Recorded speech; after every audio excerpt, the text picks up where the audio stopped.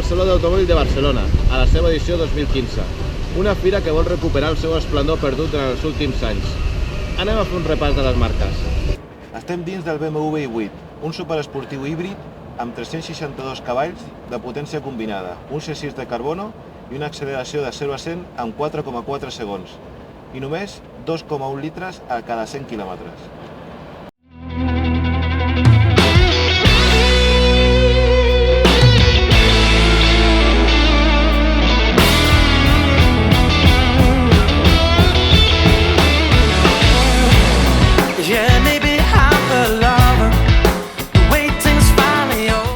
Com no podia ser menys, Nissan porta la seva bèstia, el GT-R.